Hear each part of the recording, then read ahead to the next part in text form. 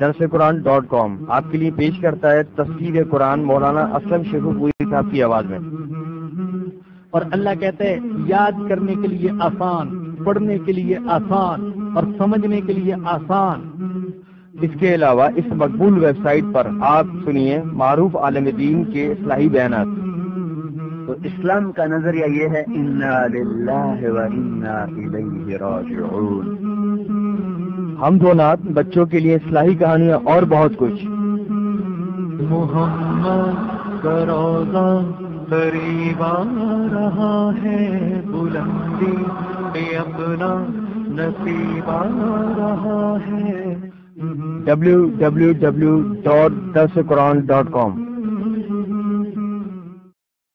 الحمد للہ وحدہ والصلاة والسلام على من لا نبی بعدہ، اما بعد فاعوذ باللہ من الشیطان الرجیم، بسم اللہ الرحمن الرحیم۔ وبشر الذين آمنوا وعملوا الصالحات أن لهم جنات تجري من تحتها الأنهار كلما رزقوا منها من ثمرة رزقا قالوا هذا الذي رزقنا من قبل وأتوا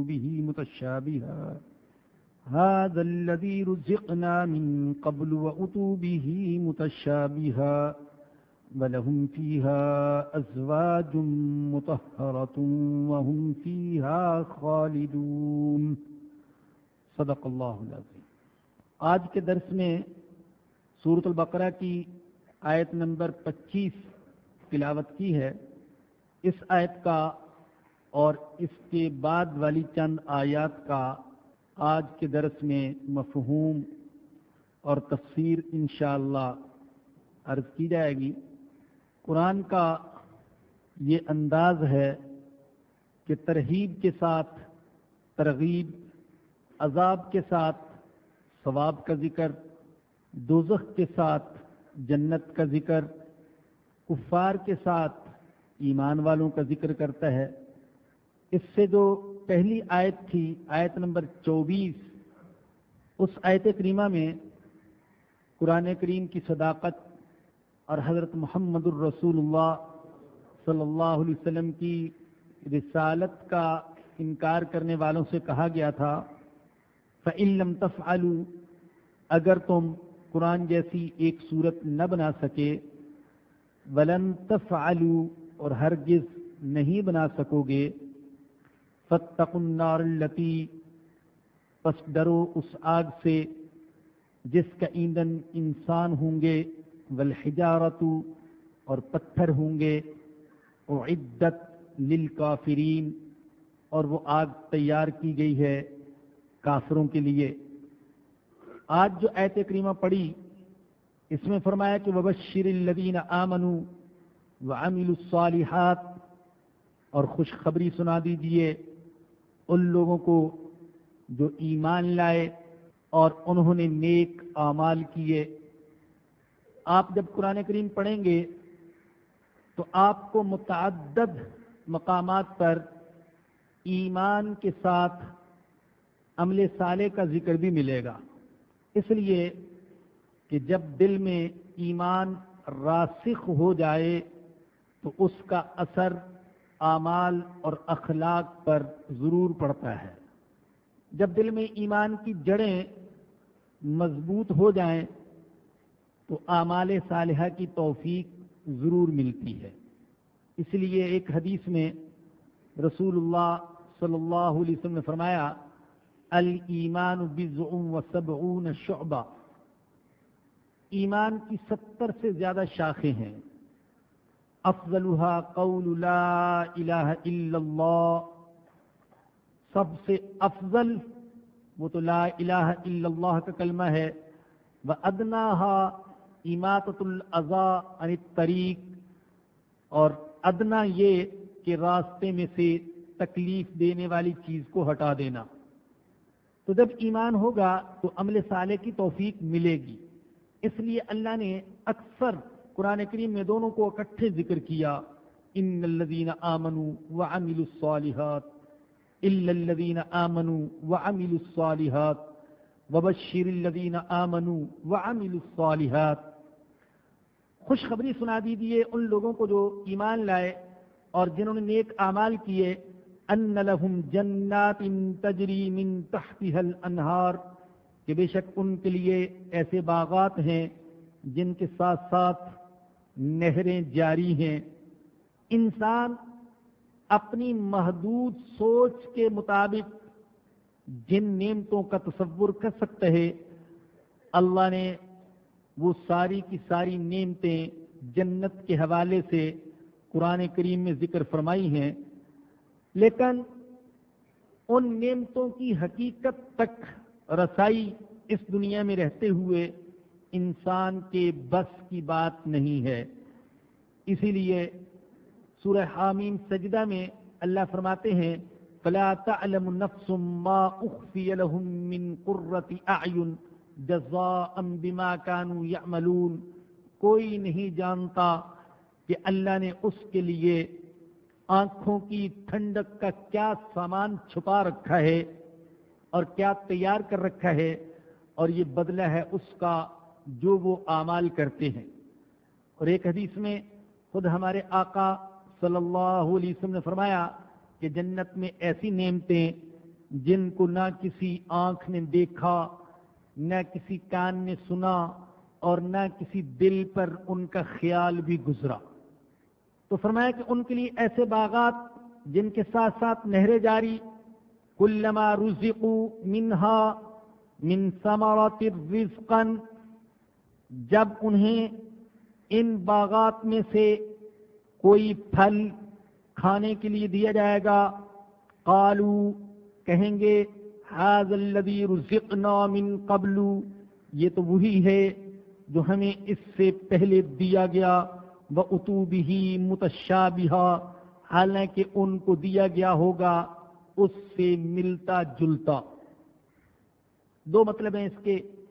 ایک مطلب تو یہ کہ جنت کے بعض پھلوں کی شکل و صورت وہی ہوگی جو دنیا کے پھلوں کی شکل و صورت ہے، تو جب دیکھیں گے اسے تو کہیں گے یہ تو وہی پھل ہے جو ہمیں دنیا میں دیے گئے، لیکن اللہ فرماتے ہیں شکل وہی ہے، ذائقہ وہ نہیں ہے، خوشبو وہ نہیں ہے، لذت وہ نہیں ہے، ذرا چکھ کر تو دیکھو۔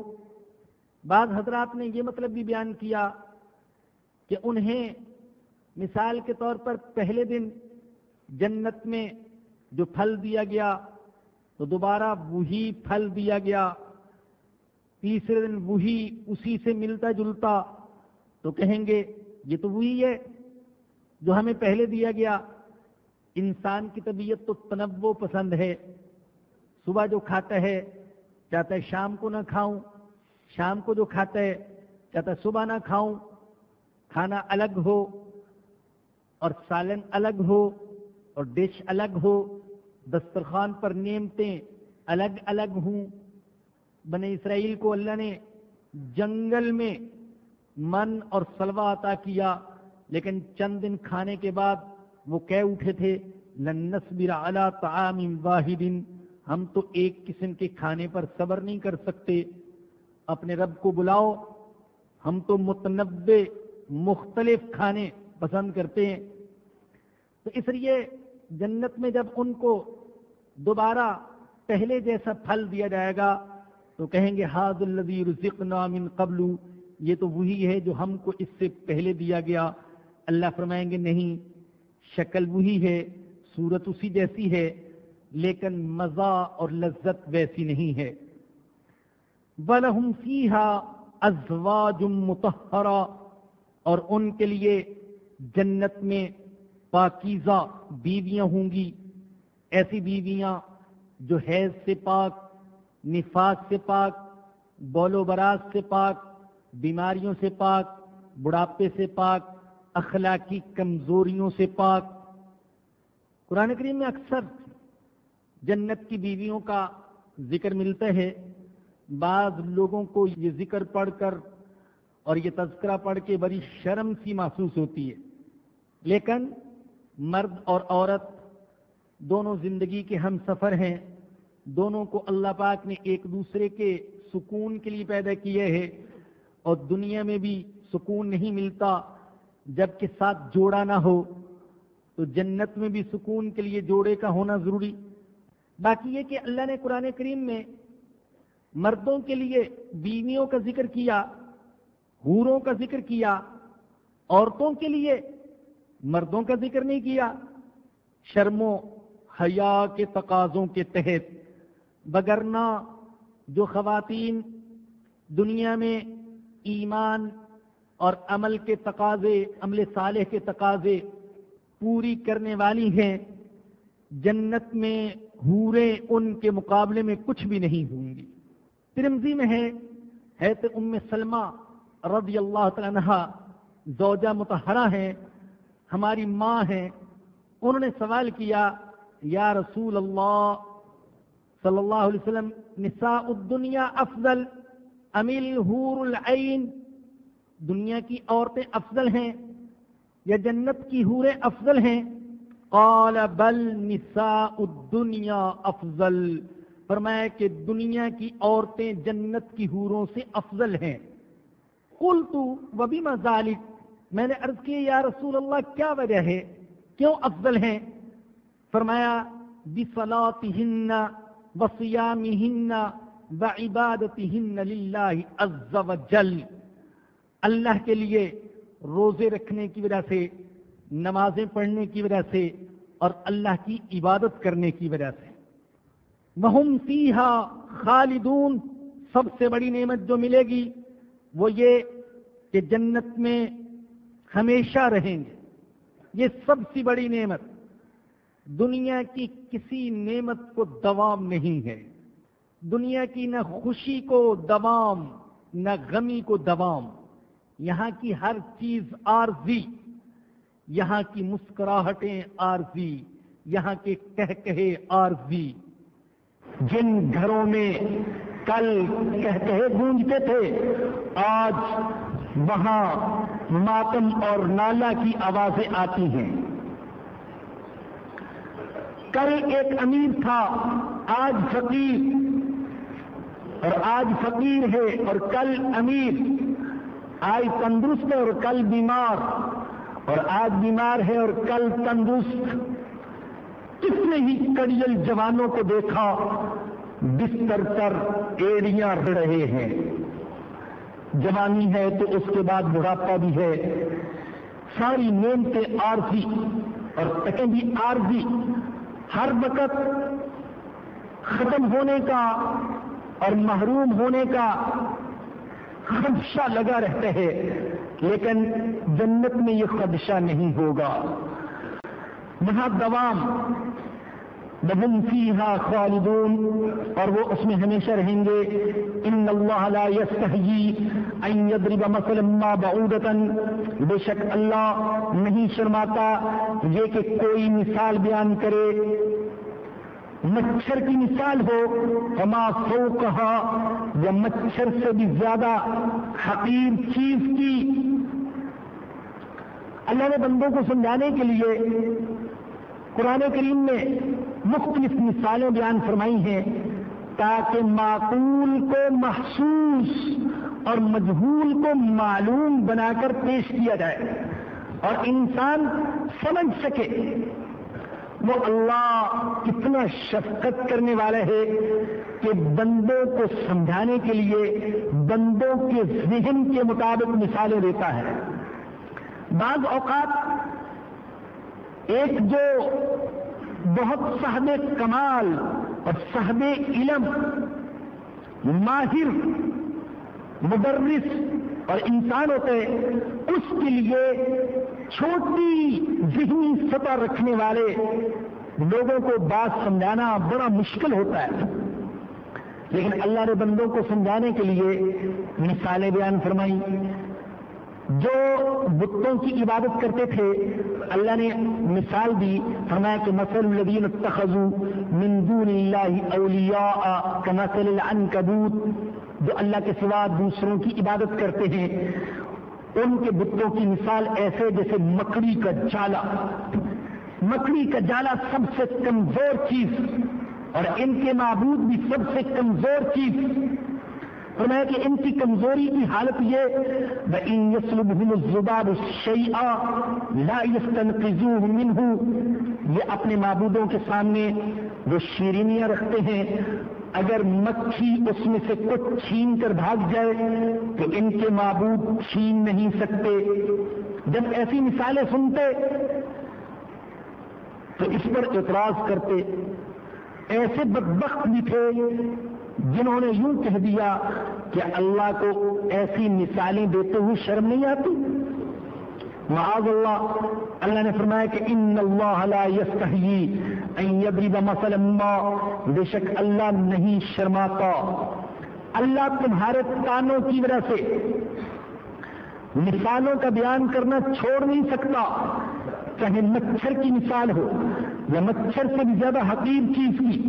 فَأَمَّا الَّذِينَ آمَنُوا، پس وہ لوگ ایمان لائے، فَيَعْلَمُونَ، وہ جانتے ہیں، أَنَّهُ الْحَقُّ مِنْ رَبِّهِمْ، بے شک یہ حق ہے ان کے رب کی طرف سے. وَأَمَّا الَّذِينَ كَفَرُوا، لیکن جو لوگ کافر ہیں، فَيَقُولُونَ مَاذَا أَرَادَ اللَّهُ بِهَذَا مَثَلًا، وہ کہتے ہیں ان مثالوں کے ذکر کرنے سے اللہ کا مقصد کیا ہے. اللہ فرماتے ہیں یضل بہ کثیرا ویہدی بہ کثیرا، اللہ اس کے ذریعے سے بہت سوں کو گمراہ کرتے ہیں اور اس کے ذریعے سے بہت سوں کو ہدایت دیتا ہے. اللہ کسی کو گمراہ نہیں کرتا، بندہ گمراہ ہوتے ہیں اللہ اس کو گمراہی کے راستے پر چلنے دیتا ہے. قرآن گمراہی کے لیے نہیں ہے، معاذ اللہ. قرآن تو ہدایت کے لیے ہے، لیکن یہ اپنے اپنے ظرف کی بات ہے اور اپنی اپنی استعداد اور صلاحیت کی بات ہے. آسمان سے بارش برستی ہے، بارش تو رحمت ہے، لیکن زمین کے کسی حصے پر گل و لالا اگتے ہیں اور زمین کے کسی حصے پر جھاڑ جھنکاڑ اگتے ہیں. یہ بارش کا قصور نہیں ہے، یہ زمین کا قصور ہے. یہ قرآن یہ تو وحی کی بارش ہے. قرآن میں نور ہے، قرآن میں ہدایت ہے، قرآن میں شفا ہے. جن دلوں کے اندر صلاحیت ہوتی ہے وہ قرآن سنتے ہیں تو ان کے دل میں نور پیدا ہوتے ہیں، ایمان پیدا ہوتے ہیں، اللہ سے تعلق مضبوط ہوتے ہیں، ایمان پر سب کچھ قربان کرنے کے لیے تیار ہو جاتے ہیں. اور جن کے دلوں کے اندر غلاظت بھری ہوتی ہے، غلاظت، تو ان کے دلوں میں قرآن اثر نہیں کرتا ہے. جان لیجئے قرآن سے فائدہ اٹھانے کے لیے دلوں کو غلاظت سے خالی کرنا ضروری ہے. جس برتن میں غلاظت بھری ہوئی ہے آپ اس کے اندر اگر دنیا کا بہترین مشروب دودھ بھی ڈال دیں تو کیا فائدہ، وہ دودھ بھی ناپاک ہو جائے گا. پہلے ضروری ہے کہ دل کو پاک کیا جائے. اسی لیے تو کلمہ طیبہ میں پہلے پاک کرنے کا حکم ہے. لا الہ، جھاڑو دو لا الہ کا، اور دل سے ساری غلاظتیں صاف کر دو. جب دل صاف ہو جائے گا اور پھر الا اللہ کا نور دل کے اندر پیدا ہوگا. تو قرآن تو شفا ہے، لیکن جن کے دل بیمار ہوتے ہیں اور جن کے دل کالے ہو چکے ہوتے ہیں اور جو اپنی صلاحیتوں کو مردہ بنا چکے ہوتے ہیں ان کو قرآن سے فائدہ نہیں ہوتا. اللہ کہتے ہیں وَنُنَزِّلُ مِنَ الْقُرْآنِ مَا هُوَ شِفَاءٌ وَرَحْمَةٌ لِّلْمُؤْمِنِينَ، ہم نے قرآن نازل کیا جو ایمان والوں کے لیے شفا ہے اور رحمت ہے. وَلَا يَزِيدُ الظَّالِمِينَ إِلَّا خَسَارًا، لیکن ظالموں کے صرف خسارے میں ہی اضافہ ہوتا ہے. فرمایا کہ اس کے ذریعے سے بہتوں کو گمراہ کرتے ہیں اور بہتوں کو ہدایت دیتے ہیں. وَمَا يُضِلُّ بِهِ إِلَّا الْفَاسِقِينَ، اور اس کے ذریعے سے گمراہ نہیں کرتا مگر صرف ان کو جو ہیں ہی نافرمان. اور نافرمان کون ہیں؟ اللہ نے 3 علامتیں بیان فرمائی. اے اللہ ہمیں ان 3 علامتوں سے بچا لینا. اے اللہ ہماری حفاظت فرمانا، فاسقوں والی صفات ہمارے اندر پیدا نہ ہو جائیں. پہلی صفت، پہلی علامت، الذین ینقضون عہد اللہ من بعد میثاقہ، کہ وہ مستحکم کیے ہوئے عہد کو توڑ دیتے ہیں۔ اس کے اندر سارے جائز معاہدات آ گئے، وہ معاہدہ بھی آ گیا جو انسان نے اپنے رب کے ساتھ کیا تھا۔ الست بربکم قالوا بلا، وہ معاہدہ بھی آ گیا جو اللہ نے سارے نبیوں سے لیا تھا، اور جب نبیوں سے لیا تو گویا کہ سارے نبیوں کی امتوں سے لیا۔ وَإِذْ أَخَذَ اللَّهُ مِيثَاقَ النَّبِيِّينَ لَمَا آتَيْتُكُم مِّن كِتَابٍ وَحِكْمَةٍ ثُمَّ جَاءَكُمْ رَسُولٌ مُصَدِّقٌ لِّمَا مَعَكُمْ لَتُؤْمِنُنَّ بِهِ وَلَتَنصُرُنَّهُ۔ دیکھو اے میرے نبیوں، اگر تمہاری موجودگی میں میرا کوئی دوسرا نبی آ گیا تو تم پر لازم ہوگا اس کی تصدیق کرو گے، اس پر ایمان لاؤ گے اور اس کی مدد کرو گے۔ یہ عہد اللہ نے نبیوں سے لیا اور نبیوں کے واسطے سے ان کی امتوں سے لیا۔ جن امتوں نے اس کا لحاظ کیا وہ کامیاب ٹھہری، اور جن امتوں نے عہد شکنی کی وہ ناکام ہوئی۔ ہر نبی ایسے کرتا رہا، اگر اس کی موجودگی میں دوسرا نبی آیا تو اس پر وہ ایمان لائے، اس کی مدد کی، اس کی تائید کی، اور آخر میں اللہ نے نبیوں کے سردار محمد الرسول اللہ صلی اللہ علیہ وسلم کو بھیجا۔ اگر ہمارے آقا کی موجودگی میں حضرت ابراہیم خلیل اللہ، حضرت اسماعیل ذبیح اللہ، حضرت عیسیٰ روح اللہ، حضرت موسیٰ کلیم اللہ علیہ السلام موجود ہوتے تو لا الہ الا اللہ محمد الرسول اللہ پڑھتے، وہ ایمان لاتے۔ جب وہ نہیں تو ان کی امتوں پر لازم کہ ہمارے آقا پر ایمان لائیں، ساری انسانیت پر لازم کہ محمد مصطفیٰ صلی اللہ علیہ وسلم پر ایمان لائیں، لیکن انہوں نے عہد کو توڑ دیا۔ اللہ فرماتے الذین ینقضون عہد اللہ من بعد میثاقہ، ان کی علامت یہ کہ وہ مستحکم کیے ہوئے عہد کو توڑ دیتے ہیں۔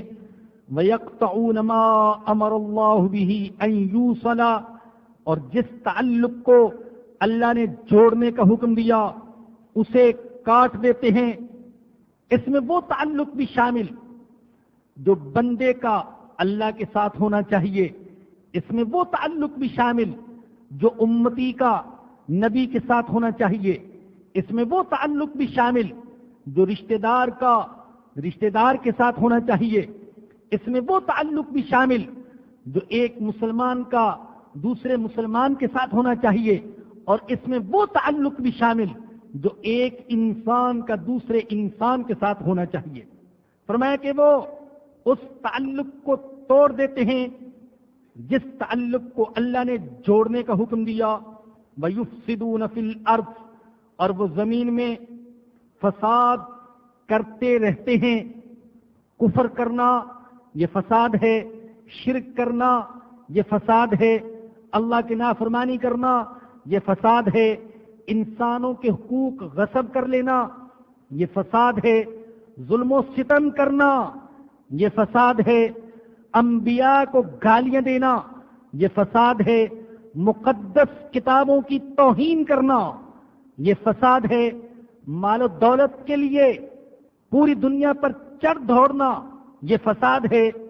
اللہ فرماتے ہیں وَيُفْسِدُونَ فِي الْأَرْضِ، وہ زمین میں فساد کرتے رہتے ہیں۔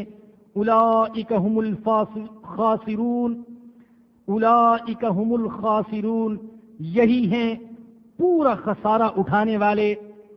کیف تکفرون باللہ، تم اللہ کے ساتھ کیوں کر کفر کرتے ہو؟ سوچو تو صحیح، کس کا انکار کرتے ہو؟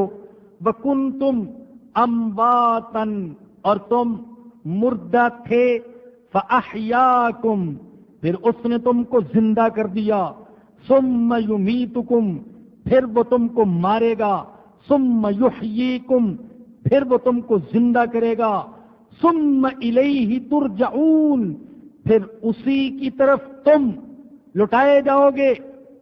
ایک ہی ہے جس کے ہاتھ میں زندگی بھی ہے اور جس کے ہاتھ میں موت بھی ہے، اور ایک ہی ہے جس کی طرف پلٹ کر واپس جانا ہے۔ ایسا نہیں ہے کہ موت کا دیوتا اور زندگی کا دیوتا اور، مسلمانوں کا رب ایک ہی ہے۔ حیات بھی اس کے قبضے میں اور ممات بھی اس کے قبضے میں، عزت بھی اس کے قبضے میں اور ذلت بھی اس کے قبضے میں، صحت بھی اسی کے قبضے میں اور بیماری بھی اسی کے قبضے میں، غنا بھی اسی کے قبضے میں اور فقر بھی اسی کے قبضے میں۔ مسلمان ہر کام کے لیے اسی کی طرف رجوع کرتے ہیں، تو فرمایا کہ پھر تم اسی کی طرف لٹائے جاؤ گے۔ هو الذی خلق لکم ما فی الارض جمیعا، وہی ہے جس نے تمہارے لیے پیدا کیا جو کچھ زمین میں ہے، سب کا سب۔ اے انسانوں، اس زمین میں جو کچھ ہے وہ میں نے تمہارے لیے پیدا کیا۔ ہمارے آقا نے فرمایا انما الدنیا خلقت لکم وانکم خلقتم للآخرہ، تمہیں تمہارے لیے اللہ نے دنیا کو پیدا کیا اور تمہیں اللہ نے آخرت کے لیے پیدا کیا۔ ساری دنیا تمہاری خدمت کے لیے اور تم اللہ کی عبادت کے لیے۔ ثم استوى الى السماء، پھر وہ اللہ متوجہ ہوا آسمانوں کی طرف، فسواہن سبع سماوات، اور انہیں درست کر کے اس نے 7 آسمان بنا دیے۔ وَهُوَ بِكُلِّ شَيْءٍ عَلِيمٌ، اور وہ ہر چیز کا جاننے والا ہے۔ یہ 7 آسمان کون سے ہیں؟ قرآن میں بھی 7 آسمانوں کا ذکر، تورات میں بھی 7 آسمانوں کا ذکر۔ بعض حضرات کہتے ہیں کہ 7 مشہور سیارے مراد ہیں، یعنی قمر، عطارد، زہرہ، شمس، مریخ، مشتری اور زحل۔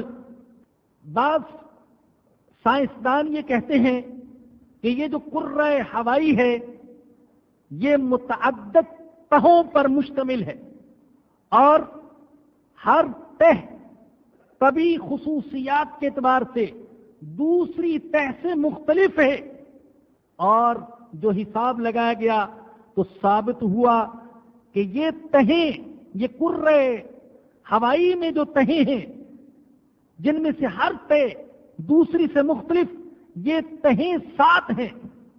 واللہ عالم 7 سے مراد 7 سیارے یا 7 تہیں۔ سائنسدان کچھ بھی کہیں، لیکن ہمیں اللہ کے کلام پر اس بات کا یقین کہ اللہ جو کچھ فرما رہے ہیں وہ سچ ہے۔ سائنسدانوں کا علم میرے اللہ کے علم کے مقابلے میں اتنا بھی نہیں جیسے کہ قطرہ سمندر کے مقابلے میں۔ تو 7 آسمان ہیں، کیسے ہیں؟ وہ تہیں ہیں، وہ سیارے ہیں، یا کیا چیز ہے؟ ممکن ہے کسی کی سمجھ میں نہ آئے اور اس میں انطباق میں، اطلاق میں اقوال مختلف ہوں، لیکن بہرحال آسمان 7، اور اللہ فرماتے ہیں وَهُوَ بِكُلِّ شَيْءٍ عَلِيمٌ، اور وہ ہر چیز کو جاننے والا ہے۔ وَإِذْ قَالَ رَبُّكَ لِلْمَلَائِكَةِ، اور جب تیرے پروردگار نے کہا، یاد کرو اس وقت کو جب تمہارے رب نے کہا للملائکتی، فرشتوں سے، انی جاعل فی الارض خلیفہ، میں زمین پر اپنا نائب بنانے والا ہوں۔ آپ دیکھ رہے ہیں سورہ فاتحہ میں ہم نے دعا کی تھی اہدنا الصراط المستقیم، ہم کو سیدھے راستے کی ہدایت دے دے۔ اللہ نے جواب میں پوری کتاب رکھ دی، فرمایا کہ الف لام میم ذالک الکتاب لا ریب فیہ ھدی للمتقین، یہ لو ہدایت۔ پھر اللہ نے 3 گروہوں کا ذکر کیا، ایمان والوں کا، کافروں کا اور منافقوں کا، اور تیسرے رکوع کے اندر توحید و رسالت اور قرآن کا اعجاز بیان فرمایا. اب چوتھے رکوع کے اندر تبلیغ کی تاریخ، یعنی ہدایت کے پیغام کی ابتدا کب سے ہوئی؟ اللہ فرماتے اس کی ابتدا نسل انسانی کے بانی حضرت آدم علیہ السلام سے ہوئی. اللہ نے فرشتوں کے سامنے کہا میں زمین میں اپنا خلیفہ بنانے والا ہوں. یہ مشورہ نہیں تھا، یہ ارادے کا اظہار تھا، ارادہ تخلیق کا اظہار. اس لیے کہ اللہ کسی کے مشورے کا محتاج نہیں ہے، لیکن اس سے انسان کی تکریم ظاہر ہوتی ہے. اللہ نے زمین کو پیدا کیا، آسمان کو پیدا کیا، عرش کرسی کو پیدا کیا، جنت اور دوزخ کو پیدا کیا، سورج چاند ستارے پیدا کیے، جن اور فرشتے پیدا کیے، لیکن کسی چیز کی تخلیق کا ارادہ ظاہر نہیں کیا. مگر جب انسان کو پیدا کرنے کا وقت آیا تو اللہ پاک نے اس کی تخلیق کا ارادہ ظاہر فرمایا. فرمایا کہ میرے فرشتوں، میں زمین میں اپنا نائب بنانے والا ہوں، خلیفہ. خلیفہ اس اعتبار سے کہ انسان اللہ کے احکام کو نافذ کرتا ہے. خلیفہ اس اعتبار سے کہ انسان وہ کرتا ہے جو اللہ چاہتا ہے. خلیفہ اس اعتبار سے کہ انسان ان کو سزا دیتے ہیں جو اس کی نافرمانی کے مرتکب ہوتے ہیں، اور انہیں عطا کرتے ہیں جنہیں عطا کرنے کا اللہ حکم دیتا ہے. اللہ تو براہ راست بھی رزق دے سکتے ہیں، لیکن اللہ نے ہم میں سے بعض کو بعض تک رزق پہنچانے کا ذریعہ بنا دیا. اور یاد رکھیے، دنیا کے کسی مذہب نے انسان کو یہ بلند مرتبہ نہیں دیا جو قرآن نے دیا کہ میں زمین میں ایک خلیفہ بنانے والا ہوں. آپ بائبل کو دیکھیں تو بائبل کے اندر بھی انسان کی پیدائش کا ذکر ہے، لیکن اس میں جو زیادہ سے زیادہ مقصد بیان کیا انسان کا وہ یہ کہ اللہ نے کہا میں ایک ایسی مخلوق کو پیدا کر رہا ہوں جو زمین میں کھیتی کرے گی. لیکن قرآن نے انسان کو عزت دی، ہر اعتبار سے عزت. اس اعتبار سے بھی عزت کہ اللہ نے انسان کو اپنا خلیفہ قرار دیا. اس اعتبار سے بھی عزت کہ اللہ نے انسان میں اپنی روح پھونکی، وَنَفَخْتُ فِيهِ مِن روحی. اس اعتبار سے بھی عزت کہ اللہ نے پیدا کرنے کے بعد فرشتوں کو اس کے سامنے سجدہ کرنے کا حکم دیا. اس اعتبار سے بھی عزت کہ اللہ نے انسان کے حسن کو قسم کھا کر بیان فرمایا. وَالتِّينِ وَالزَّيْتُونِ وَطُورِ سِينِينَ وَهَذَا الْبَلَدِ الْأَمِينِ لَقَدْ خَلَقْنَا الْإِنسَانَ فِي أَحْسَنِ تَقْوِيمٍ. انجیر کی قسم، زیتون کی قسم، طور سینا کی قسم، اس امن والے شہر کی قسم، ہم نے انسان کو بہت خوبصورت ساخت میں پیدا فرمایا ہے. اور سورہ اسراء میں فرمایا وَلَقَدْ كَرَّمْنَا بَنِي آدم، ہم نے بنی آدم کو عزت دی ہے. قرآن نے انسان کی تکریم کو بیان کیا جو کہ کسی آسمانی کتاب نے بیان نہیں کیا. فرمایا کہ انی جاعل فی الارض خلیفہ، میں زمین میں خلیفہ بنانے والا ہوں. قالوا اتجعل فیہا، فرشتوں نے عرض کیا کیا تو زمین میں ایسے کو خلیفہ بنائے گا من یفسد فیہا، جو زمین میں فساد کرے گا، ویسفک الدماء، اور خون ریزی کرے گا. یہ اعتراض نہیں تھا، اپنے خیال کا اظہار تھا. خلیفہ کے لفظ سے فرشتے یہ تو سمجھ گئے کہ جس مخلوق کو اب پیدا کیا جا رہا ہے اسے کچھ اختیارات دیے جائیں گے، اور اگر اس نے اپنے اختیارات کو غلط استعمال کیا تو فتنہ فساد ہوگا.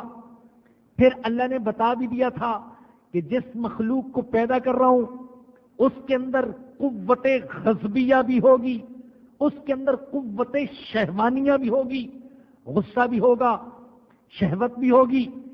تو فرشتے سمجھ گئے کہ ایسی مخلوق ہوگی کہ اگر کبھی غضب، غصہ غالب آ گیا تو بھی فساد کرے گی، شہوت غالب آ گئی تو بھی فساد کرے گی. اس کے علاوہ کہا جاتا ہے کہ اس زمین پر آدم سے پہلے، انسان سے پہلے دوسری مخلوق بستی تھی اور وہ فتنہ و فساد میں مبتلا ہو گئی. تو فرشتوں نے قیاس کیا اس نئی مخلوق کو اس پرانی مخلوق پر کہ یہ بھی فتنہ و فساد کرے گی. وَنَحْنُ نُسَبِّحُ بِحَمْدِكَ وَنُقَدِّسُ لَكَ، عرض کیا حالانکہ ہم تیری حمد و ثنا اور تیری پاکیزگی بیان کرتے ہیں. اے اللہ، ہماری تو غذا ہے، تسبیح، تحمید، تقدیس، ثنا، عبادت، رکوع، سجدہ، ذکر، یہ تو ہماری غذا ہے، ہم تو اس کے بغیر رہ ہی نہیں سکتے. اور اے اللہ، ہم نوری مخلوق، یہ آنے والی خاکی مخلوق، ہم ذاکر شاغل اور اس کے غافل ہونے کا بھی خطرہ. تو اے اللہ، ہماری سمجھ میں نہیں آ رہا کہ ایک نئی مخلوق کی ضرورت کیوں پیش آئی. سمجھنا چاہتے ہیں، معاذ اللہ اعتراض نہیں کرنا چاہتے، اس لیے کہ فرشتے اعتراض کرنے والے نہیں ہیں. اللہ کہتے ہیں لا یعصون اللہ ما امرہم ویفعلون ما یؤمرون، جو میں حکم دیتا ہوں اس کی نافرمانی نہیں کرتے اور وہی کرتے ہیں جس کا انہیں حکم دیا جاتا ہے. حقیقت سمجھنا چاہتے تھے. تو عرض کیا کہ ہم تیری حمد و ثنا اور پاکیزگی بیان کرتے ہیں. اللہ نے جواب میں فرمایا انی اعلم ما لا تعلمون، بے شک میں جانتا ہوں جو تم نہیں جانتے. مانا کہ تم عبادت کرتے ہو، لیکن مجھے صرف عبادت کے لیے یہ نئی مخلوق نہیں چاہیے، بلکہ ایسی مخلوق جو عبادت بھی کر سکے اور خلافت کا بھی حق ادا کر سکے. ضروری نہیں کہ تم اگر عبادت کرتے ہو تو خلافت کے تقاضے بھی پورے کر سکو. مانا کہ انسان کے اندر قتل و قتال کی صلاحیت ہوگی، لیکن اگر اسی صلاحیت کو صحیح رخ پر استعمال کیا گیا تو یہ صلاحیت امن عالم کی ضمانت ہوگی. ہمارے آقا نے جہاد کیا، قتال کیا، لیکن دنیا میں فتنہ و فساد نہیں پھیلا، دنیا کو امن ملا. فرشتے وہ مخلوق جن کے اندر برائی کی صلاحیت ہی نہیں، وہ اگر تقوی اختیار کریں تو کمال نہیں، کمال تو یہ ہے کہ برائی کی صلاحیت ہو مگر اللہ کے ڈر سے رک جائے، آنکھیں ہی نہ ہوں اور کسی غیر محرم کی طرف وہ نہیں دیکھتا، تو کمال نہیں ہے.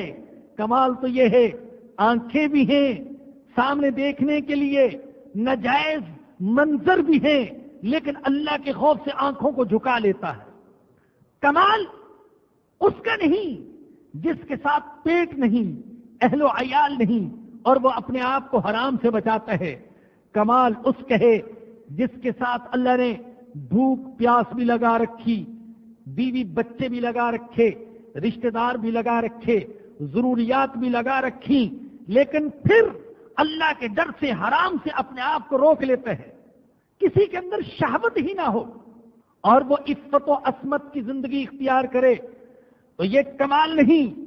کمال تو یہ ہے بھرپور جوانی ہو، شہوت کا زور ہو، خلوت اور تنہائی ہو اور سامنے حسن کا پیکر ہو اور وہ برائی کی دعوت دے، قالت حیت لک، اور پھر کہہ دے معاذ اللہ انہ ربی احسن مثوائی، نہیں میں تمہاری طرف نہیں آ سکتا، میں اللہ کی پناہ مانگتا ہوں، وہ میرا رب ہے.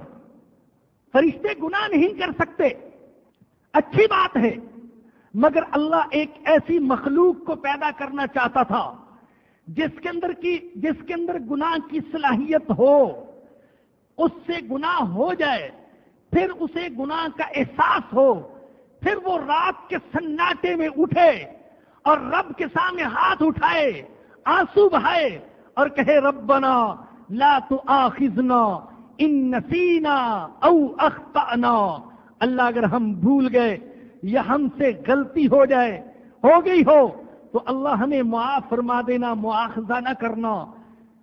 جب اس گناہگار بندے کی آنکھوں سے آنسو گرتے ہیں تو اللہ انہی فرشتوں کو حکم دیتے ہیں جنہوں نے کہا تھا کہ ہم تیری تسبیح و تقدیس بیان کرتے ہیں کہ جاؤ زمین پر اس کے آنسو گرنے سے پہلے دامن رحمت سے پوچھ لو اور اس کے نامہ اعمال سے گناہوں کو مٹا دو۔ فرشتے اگر ذکر کرتے ہیں تو ذکر ان کی غذا ہے۔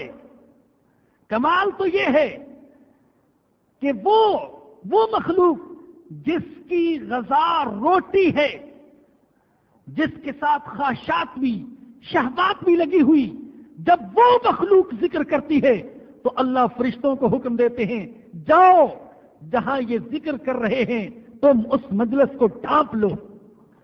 جب یہ مخلوق ذکر کرتی ہے تو اللہ انہی نورانی فرشتوں کو حکم دیتے ہیں جاؤ اور اس کے راستے میں اپنے پر بچھا دو۔ قال انی اعلم ما لا تعلمون، میں جانتا ہوں جو تم نہیں جانتے۔ یہ حاکمانہ انداز کا جواب ہے، میں جانتا ہوں جو تم نہیں جانتے۔ یہ وضاحت تو میں نے کتاب و سنت کی روشنی میں اپنی طرف سے کی، وگرنہ اللہ نے تو یوں فرما دیا حاکمانہ انداز میں، ارے میں جانتا ہوں تم نہیں جانتے۔ اور اس کے بعد اللہ نے فرشتوں کا عزت ظاہر کرنے کے لیے حضرت آدم علیہ السلام کو علم عطا کیا، یہ بتانے کے لیے کہ آدم تم سے افضل، علم عطا کیا۔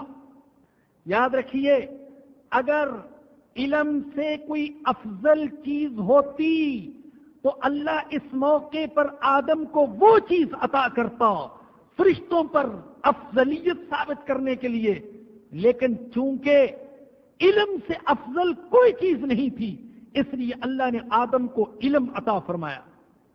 وَعَلَّمَ آدم الاسماء، اور اللہ نے آدم کو علم دیا الاسماء کلہا، سارے خواص اور آثار کا اللہ نے علم اسماء عطا کیا۔ بہت سے لوگوں کے لیے ممکن ہے جو مطلب بیان کر رہا ہوں وہ ان کے لیے عجیب سا ہو، لیکن یہ تفاسیر میں ہے، آج کی نہیں پرانی تفاسیر میں۔ علم اسماء کیا ہے؟ مظاہر فطرت کا علم، اشیاء کے خواص اور آثار کا علم۔ اور یاد رکھیے کہ سائنس بھی اسی سے بحث کرتی ہے، اور زمین پر خلافت کے لیے علم اسماء ضروری، مظاہر فطرت کا علم ضروری، اشیاء کے خواص اور آثار کا علم ضروری۔ اور یہ بھی جان لیجیے کہ سائنس اور ٹیکنالوجی کا علم یہ ایمان کے منافی نہیں ہے بلکہ ایمان کا تقاضا ہے۔ اور ایک زمانہ تھا جب مسلمان علوم کی دنیا میں ساری دنیا پر برتر تھے تو سائنس اور ٹیکنالوجی میں بھی سب سے آگے تھے۔ اس وقت یورپ تاریکی میں ڈوبا ہوا تھا۔ فرمایا کہ وَعَلَّمَ آدَمَ الْأَسْمَاءَ كُلَّهَا، اللہ نے آدم کو سارے اسماء کا علم دیا، خواص اور آثار کا علم دیا۔ ثم عرضهم على الملائكة، پھر وہی چیزیں فرشتوں کے سامنے پیش کر کے فرمایا فقال انبئونی باسماء هؤلاء، مجھے بتلاؤ ان چیزوں کے خواص اور آثار اور نام، ان کنتم صادقین، اگر تم سچے ہو تو بتاؤ۔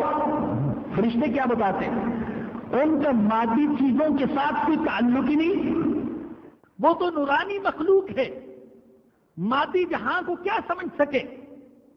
فوراً فرشتوں نے اپنے عجز کا اعتراف کر لیا، کہنے لگے قالوا سبحانک لا علم لنا الا ما علمتنا، تیری ذات ہر نقص سے پاک ہے، ہمیں تو بس اسی چیز کا علم ہے جس کا تو نے علم ہمیں عطا کیا۔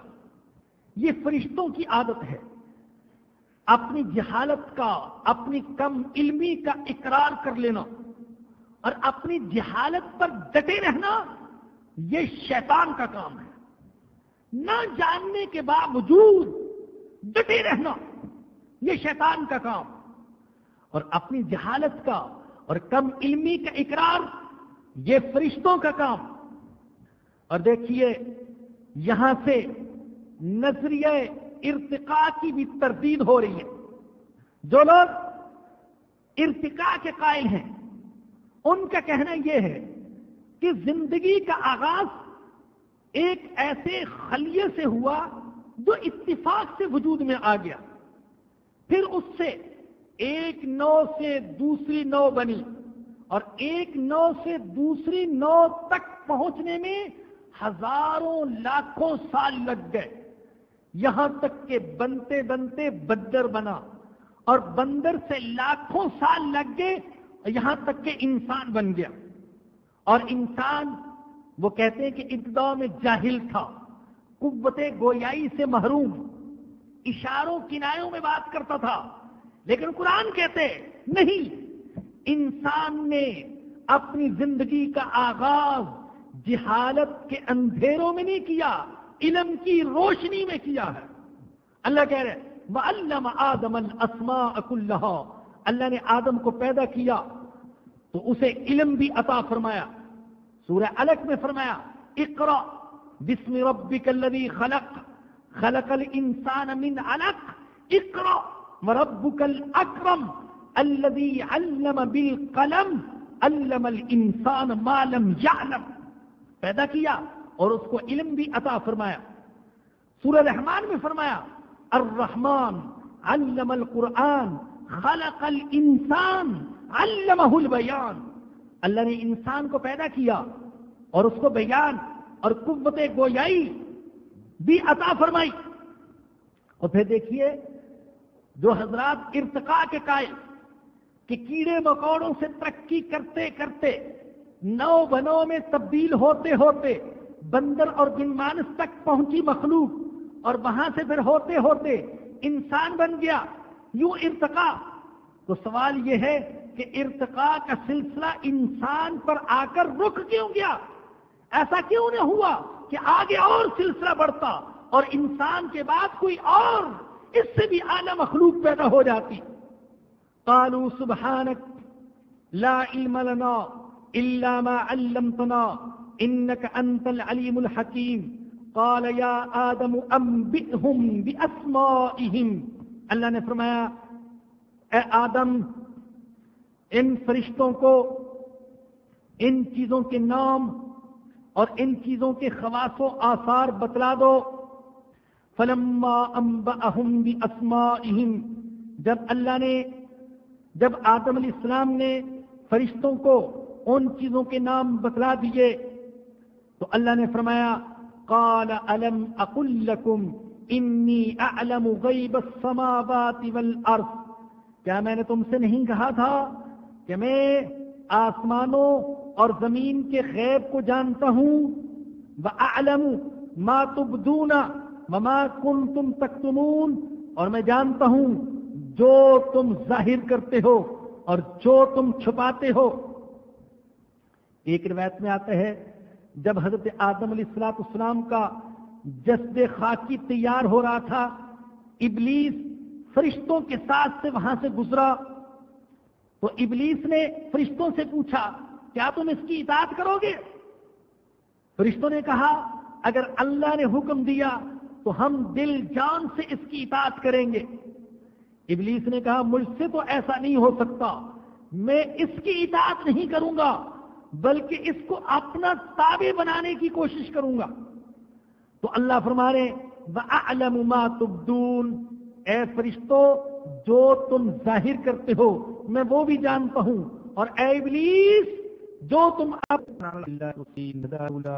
مبارکا فیہ ربنا ظلمنا أنفسنا وإن لم تغفر لنا وترحمنا لنكونن من الخاسرين ربنا لا تؤاخذنا إن نسينا أو أخطأنا ربنا ولا تحمل علينا إصرا كما حملته على الذين من قبلنا ربنا ولا تحملنا ما لا طاقة لنا به ربنا ولا تحملنا ما لا طاقة لنا به ربنا ولا تحملنا ما لا طاقة لنا به واعف عنا واغفر لنا وارحمنا أنت مولانا فانصرنا على القوم الكافرين